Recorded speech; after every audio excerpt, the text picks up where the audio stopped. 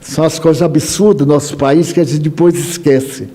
Pois eu acho que isso vai se repetir, pela forma como as coisas vão, que uma autoridade manda prender, manda soltar, a bel prazer, contra a Constituição, como dizem, deixa eu explicar bem, como dizem as revistas, os telefones, o lado dos chamados jornalistas não comprometidos, basta uma palavra que a Constituição permite censurar o comportamento de qualquer pessoa, mas quem o fizer vai preso, sem saber por quê.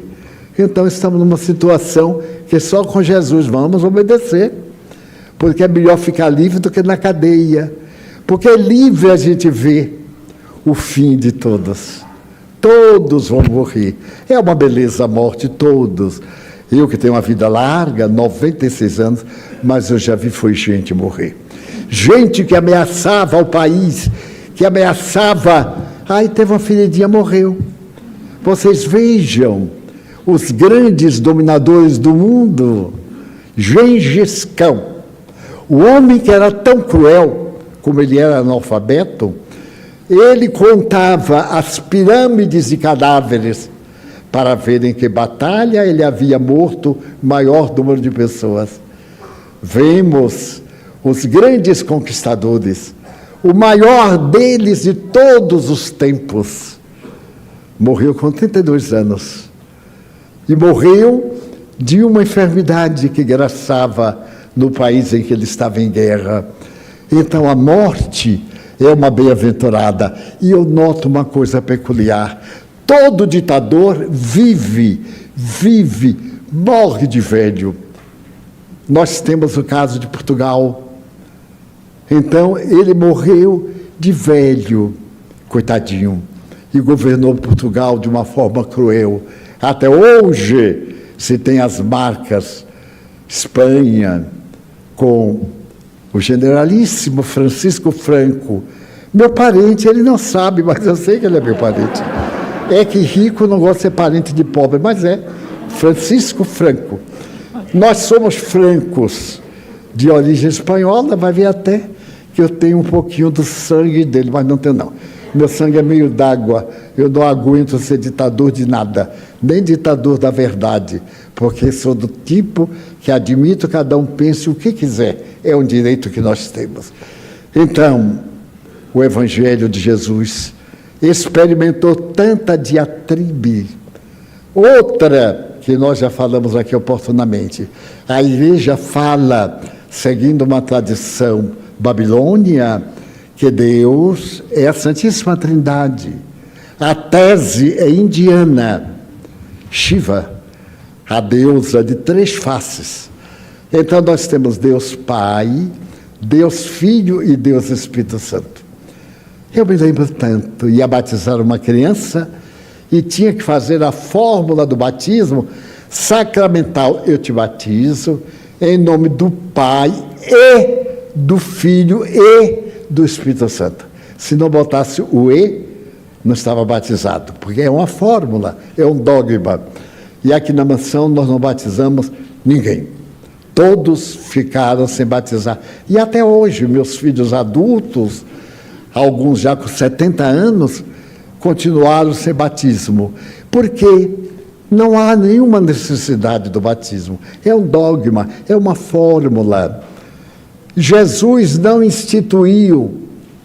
Vejam bem, na Bíblia diz que o Messias, o enviado de Deus, atravessaria as águas do Jordão, onde seria abençoado. Então era um sinal de quando chegasse o Messias, que ia libertar Israel do jugo romano. Mas, em verdade, não era de Roma, era do jugo da miséria romana, das provações, libertar-nos das paixões. Então, Jesus nasceu na parte da Judeia, porque tinha que ser judeu, não podia ser de outra província. Os pais foram ao recenseamento e, como não havia lugar na cidade, eles foram para as grutas, ali na cidade de Belém, a 7 quilômetros de Jerusalém, as grotas e grutas de calcário, onde no inverno os pastores guardam as ovelhas. E ali na gruta ele nasceu, como estava previsto. Depois ele seria nazareno, a família dele era de Nazaré. E depois do batismo, ou melhor, depois do nascimento, ele, com seus pais, vem para Nazaré, onde ele se torna Jesus, o Nazareno.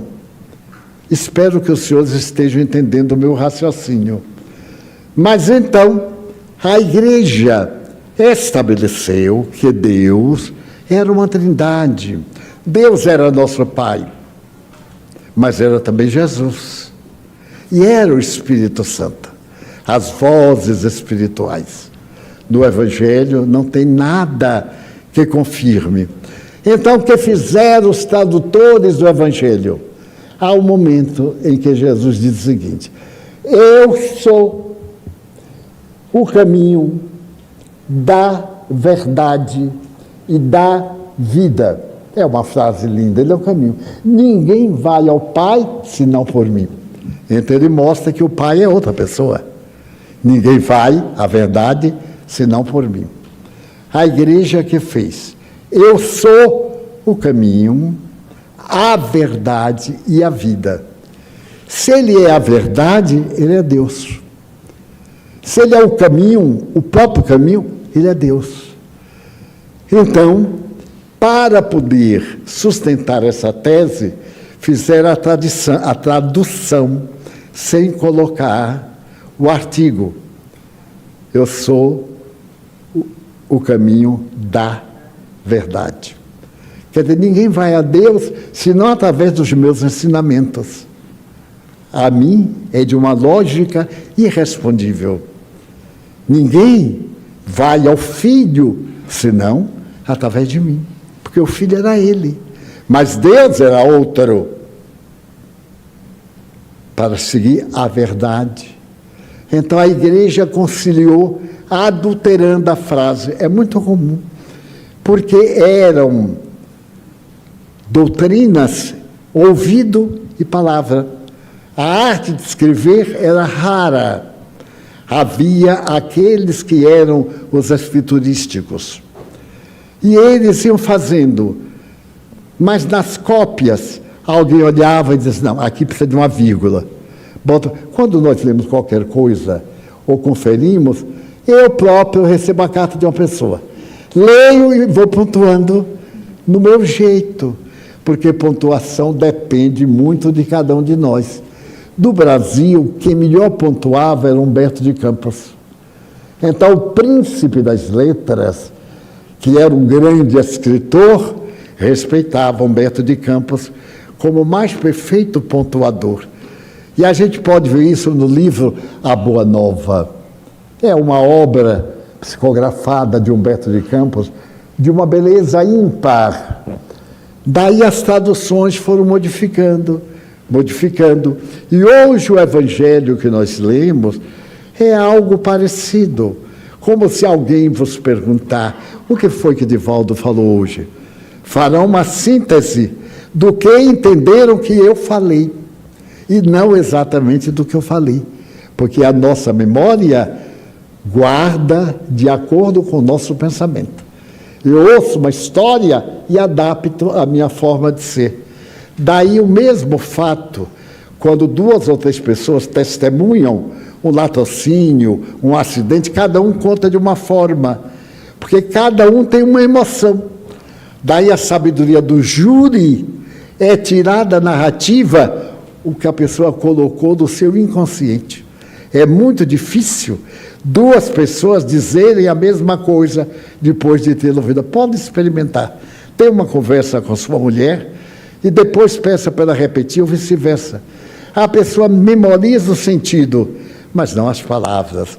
E como palavras mudam o conteúdo, o Evangelho sofreu muitas modificações, o que deu margem a tantas religiões. Somente nos Estados Unidos, As religiões evangélicas são 2.000 denominações. E cada dia o americano está criando uma nova igreja, como aqui no Brasil.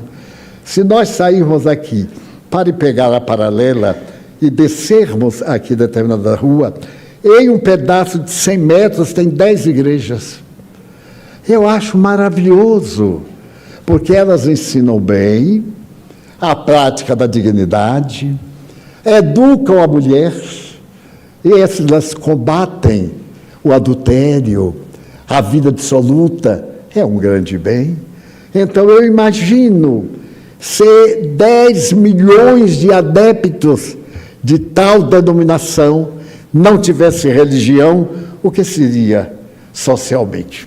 Seria uma tragédia, porque a gente não tendo religião se permite fazer o que der na cabeça, a gente não tem futuro. Morreu, acabou, então vamos gozar. Aliás, Platão já falava isto. 400 anos antes de Jesus, Platão dizia: bom negócio fazem aqueles que não creem, porque façam o que fizerem, morreu, acabou. E bom negócio fariam se acreditassem na continuação da vida, porque então procederiam bem. Qualquer um de nós que acredite no futuro, no presente, procede bem, é óbvio. Quase todos nós temos seguro de saúde, porque se não tiver, a doença nos devora com mais rapidez. Nós temos o apoio do SUS, o governo nos dando o apoio. Hoje, aqui no estado da Bahia, nós temos essas unidades que são extraordinárias, porque nos Estados Unidos, quem adoeceu e não tem o dinheirinho para dar, ou não tem o cartãozinho do seguro, morre mesmo, sem assistência médica. Bonito é no cinema, mas na realidade é bem diferente. Um dos presidentes da República desejou criar um sistema de ajuda e perdeu. Perdeu na Câmara e no Senado, porque a cultura americana é muito time is money, tempo é dinheiro. Quando nós fazemos palestras, muitas pessoas perguntam: se eu me tornar espírita, o que é que eu ganho com isso? Eu digo: a felicidade. Mas como a felicidade? Eu digo: deixa de ter problema, perde os vícios, deixa de fumar, deixa de beber substâncias alcoólicas, deixa de usar substâncias ilícitas, passa a ser fiel no matrimônio. Então, tudo isso são felicidades, porque todo indivíduo fiel é intranquilo. Não precisa que ninguém diga, ele é intranquilo, porque ele sabe. Nosso problema não é o povo saber, é que nós sabemos. E quando nós sabemos, a gente arranja desculpa, mascara, mas chega uma hora que tem depressão. A depressão está ligada a algo oculto que nos intranquilizou e está no inconsciente trabalhando contra o nosso equilíbrio. Então, a doutrina espírita vem, nesse momento, convidar-nos para consultarmos o Evangelho de Jesus. O Evangelho é um dos livros mais baratos do mundo. E as igrejas protestantes, a maioria, oferece grátis. As traduções variam. Aquele que eu uso é do padre Antônio de Almeida, português, tradução do século XVIII. É o que eu estudo. O do Evangelho segundo o Espiritismo era de um célebre sacerdote católico que Allan Kardec se utilizou pela sua lealdade à tradução. Então, pega-se, é um livro pequenino, é um poema. Quando foi feita a análise literária dos 4 evangelhos, porque houve 4 que escreveram a vida de Jesus: Mateus, Marcos, Lucas e João. Mateus era discípulo de Jesus. Lucas era discípulo do apóstolo Paulo. Marcos era discípulo de Lucas. E João era um rapazinho de 16 anos ao conhecer Jesus. Era um discípulo amado. Ele é tão doce no seu evangelho que ele começa dizendo assim: aquele a quem o mestre destacava com seu amor, era ele. Mas ele não está assim, aquele. Esta narrativa é daquele a quem o mestre destacava com seu amor. E começa fazendo uma análise do nascimento do universo. No começo era Deus. E Deus, o Espírito de Deus estava com ele. O Espírito de Deus se fez carne. É um evangelho eclético, místico. Ele viveu quase 100 anos, mas 100 anos do calendário de então, que não era o nosso calendário. Aquele que viveu 900 anos, Noé, era do calendário que não tinha julho, não tinha agosto, que foram acrescentados depois. Julho, que Julho é homenagem a Caio Júlio César, o grande conquistador do mundo. E agosto é o calendário dedicado a Augusto, o imperador, que parente de Júlio César, se tornou divino. Era tão notável que se tornou divino, porque Augusto, que já é um nome auspicioso, era justo, honorável, e ele criou um período de paz no qual Jesus nasceu. É fantástico ler a história da antiguidade, somente guerras. Quando Jesus nasceu, Roma tinha aproximadamente 600 anos. E na cidade havia um templo dedicado à deusa Vitória. O templo estava sempre aberto, porque Roma estava sempre em guerra. Mas 2 vezes o templo se fechou, porque em 600 anos, 2 vezes Roma esteve em paz. A segunda dela foi de Augusto, mais ou menos por volta de 30 a.C.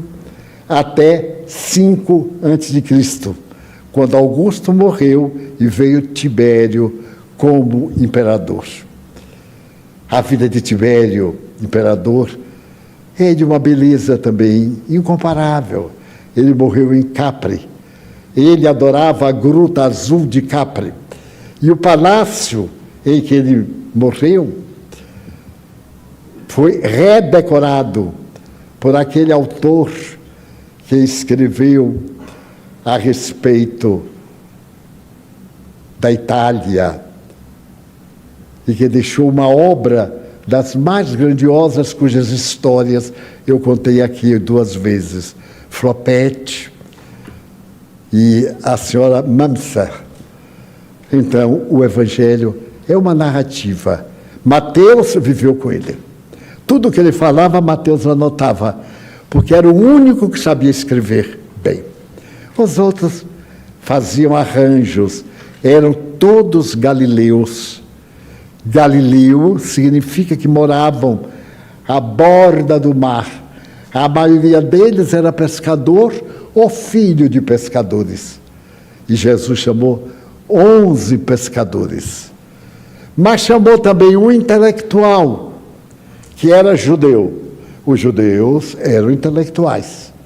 Os galileus eram como pessoas de uma província, modestos, agricultores, pessoas simples e heróicas, amavam muito a pátria e faziam sempre revolução. Então, esse Jesus, que é um homem incomparável, que não frequentou nenhuma escola, porque na cidade que ele morava não tinha sinagoga. A escola era o templo, como na Índia até hoje. E tudo era de memória até hoje. Mesmo na Índia atual, nas grandes escolas hebreias, a primeira parte é treino de memória, lendo os livros sagrados. E as frases são ditas de uma forma que facilita a gente memorizar. Busca primeiro o reino dos céus, porque bem-aventurados os que sofrem, porque toda frase tem uma proposta e uma conclusão. Então fica fácil de memorizar. Tudo era de memória, eram recitativos. Então Jesus não frequentou uma sinagoga, porque não tinha. Tinha uma casa que fazia a função da sinagoga. E um dia, quando ele completou 31 anos, sábado, que era proibido carregar qualquer coisa, ele foi à sinagoga e, pegando um pergaminho, ele desenrolou, leu o pergaminho e falou da sua missão na terra. E deslumbrou as pessoas. Todos diziam, mas não é este Yeshua, Jesus, o filho de José, que nós conhecemos? Sim, mas como ele tem tanta sabedoria. Daí, mais tarde, os judeus cunharão outra frase muito bonita. Ele falava como todo mundo falava, mas ninguém falava como ele falava. Tinha um acento, uma tônica, uma forma de falar. Há pessoas que falam encantadoras. Eu estava na África quando esteve em Luanda, capital de Angola, na época, uma grande poetisa brasileira que era muito amada pelos portugueses da África. Ela, então, era uma senhora alta, fez um espetáculo. E nós fomos, porque foram convidados, os brasileiros estavam lá divulgando a doutrina, e ela, então, fez uma declamação de uma poesia. Mas era uma senhora alta, Lopes de Almeida, da família Quattrocentona de São Paulo, dos grandes intelectuais. A poesia chamava-se A Barca. E então nós ficamos, ela naquele palco imenso, começou a falar sobre a barca. E eu via, e todo mundo, a forma que ela falava, a gesticulação, e leva-nos a um estado de emoção muito grande, quando a barca, cravada nas areias úmidas da praia, deixava a sua vela sacudir pelo vento e falava de saudade. Então, aquela voz técnica de declamação, havia escolas de declamação, comoveu-nos. Depois eu fui falar com ela, e ela disse: o Brasil é um país de inteligências brilhantes, de declamadores extraordinários. E, de fato, aqui a Bahia, ali na Praça Castro Alves, tinha um teatro chamado São João. Era um teatro de madeira famoso nos séculos passados. E contam desse período. O baiano, muito inteligente, muito vivaz, o nosso nordestino, tem essa capacidade do improviso, da percepção. Daí os repentistas. É algo maravilhoso, uma luta de repentistas do Nordeste, passaram uma noite inteira poetando. A última frase, ele pega o pé e faz um quarteto, e vai e descreve histórias maravilhosas. Suassuna era repentista. Esse homem poeta, escritor, cômico, as histórias dele são incríveis. Quando ele morreu, eu lamentei. Mais uma inteligência brilhante que a Terra perde, porque se perdia um homem notável. Ele era tão interessante. Uma vez no Jô Soares disse: é verdade que você não pega avião? É. Ele tinha uma fala engraçada. É. Você acha que eu vou morrer de avião? Se eu tiver de morrer com 4 rodas, meu amigo, não é batendo no chão, não. E aí contava histórias notáveis. Era um grande contador de histórias. E ainda no Nordeste existem profissionais contadores de histórias. Há poucos dias eu tive uma emoção muito grande aqui, porque estava em nosso auditório um contador de histórias. E a arte de contar história é muito difícil. Viver o personagem, fazer a gente achar que aquele éramos nós.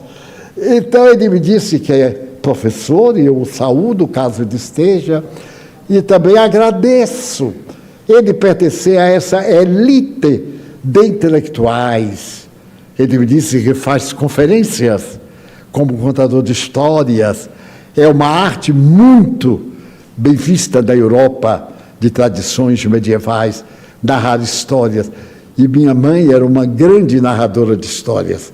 A gente dormia ela contando a mesma história, mas cada vez ela matava de uma forma diferente. E a gente achava que era outra história, e era a mesma. Então, eu agradeço muito a presença e parabenizo este homem que cultiva a beleza do nosso idioma.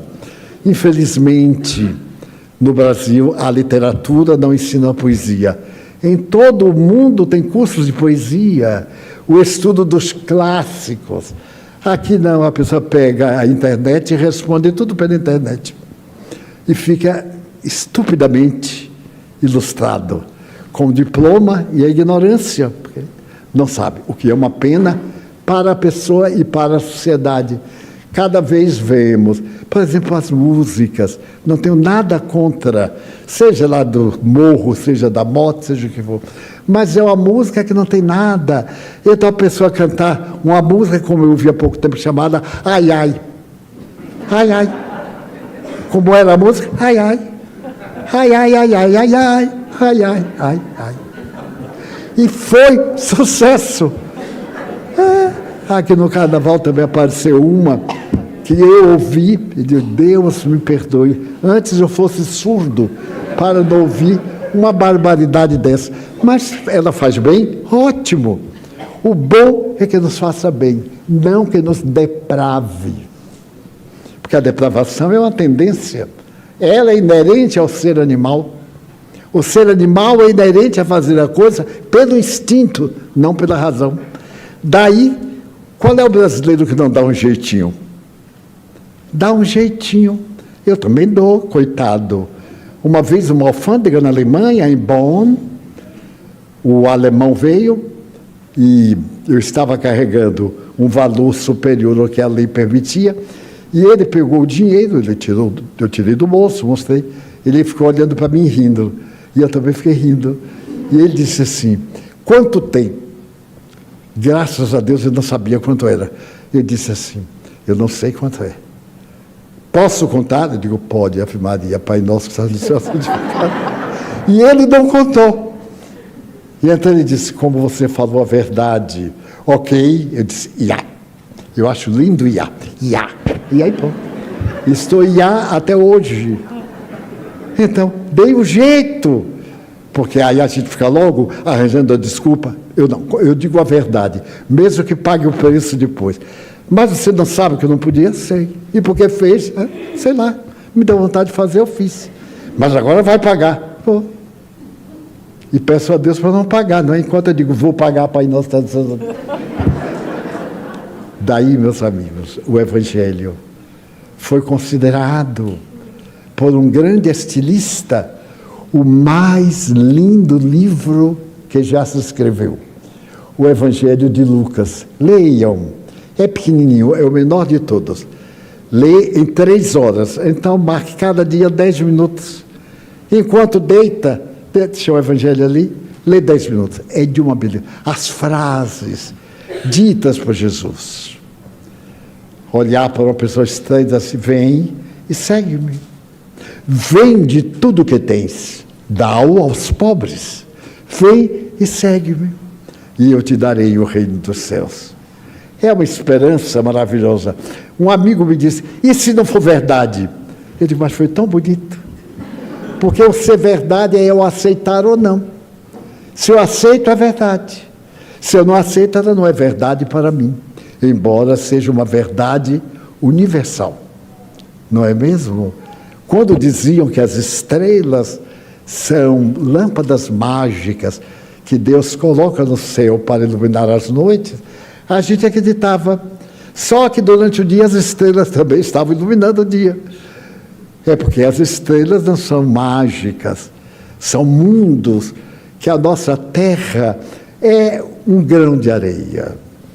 Então, em homenagem a esse Deus do universo, saiam uma hora desses tormentos, dos conflitos, de tanta confusão que a gente arranja. E fique na janela de sua casa olhando o céu e vendo como é que a nuvem se equilibra.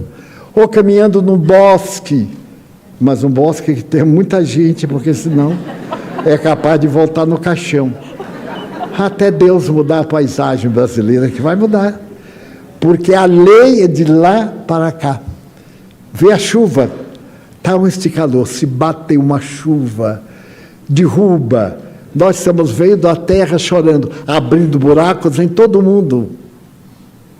Separando a África, uma fissura que está separando a África em 2 continentes. A inteligência humana, a inteligência artificial, tente tapar esse buraco. Então o homem estava em casa, quando olhou o jardim, estava caindo um buraco. Então ficou aquele buraco perfeito, com água. No jardim não tinha nada. Porque a terra não é maciça. Ela é como um certo queijo suíço, cheio de buraco. Que são exatamente tudo aquilo que nós estamos extraindo. Maceió está aí por causa de Salgema. Fizeram a mina, extraíram e não encheram. Então Maceió está condenada, pelo menos aquela região, a desaparecer, porque ela está afundando. Tendo espaço vazio, a Catedral do Sal, na Colômbia, é uma catedral imensa de Salgema, que a natureza fez. É de uma beleza incomparável, porque Deus desenhou o universo de muitas belezas. Já vi as orquídeas nas florestas, certas flores miúdas no alto de uma árvore. Quando a gente vê as flores amarelas do ipê, quando a gente passa em São Paulo, o Paraná, aquela roupa enorme, naquela tonalidade que ninguém nunca ia ver, só Deus. Ele fez para contemplar a própria beleza. As araucárias do Paraná e do Rio Grande do Sul. Aquelas árvores estranhas, às vezes uma haste, um galho e uma taça, para receber as bênçãos divinas e derramar sobre a terra. E eram plantadas pela natureza, pela galha, por uma ave, a gralha azul. O homem matou tanto a gralha azul que os pinhais desapareceram, porque nós somos o pior predador da natureza. Aí está a Amazônia extinguindo-se, para nós lamentarmos depois o clima, porque nós erramos e lamentamos depois. Então, leiam o Evangelho de Lucas. A semana vem aí. E se alguém interessar, eu convidaria para que, na próxima semana, pudesse recitar um pouco, ou dizer-nos umas palavras. Eu convido alguém para nos dizer algumas palavras numa próxima reunião. Nos avisa e nos dá uma mensagem de fraternidade. Porque o dom é do Espírito. E no Pentecostes, 50 dias, os discípulos estavam reunidos. E havia muita gente de muitas cidades, de muitos países. De repente, Pedro começou a falar em aramaico, João em outro idioma. E eles começaram a falar com a multidão nos idiomas que os Espíritos desceram. E o Pentecostes é o dia da grande conversão da humanidade, em que os Espíritos falaram pelas suas bocas. E Jesus disse: ide e pregai, abri a vossa boca e o Espírito Santo falará por ela. Então, procuremos viver de tal forma que o Espírito Santo eleja um dia falar pela nossa boca. Vamos pedir aos amigos para que nos apliquem passes.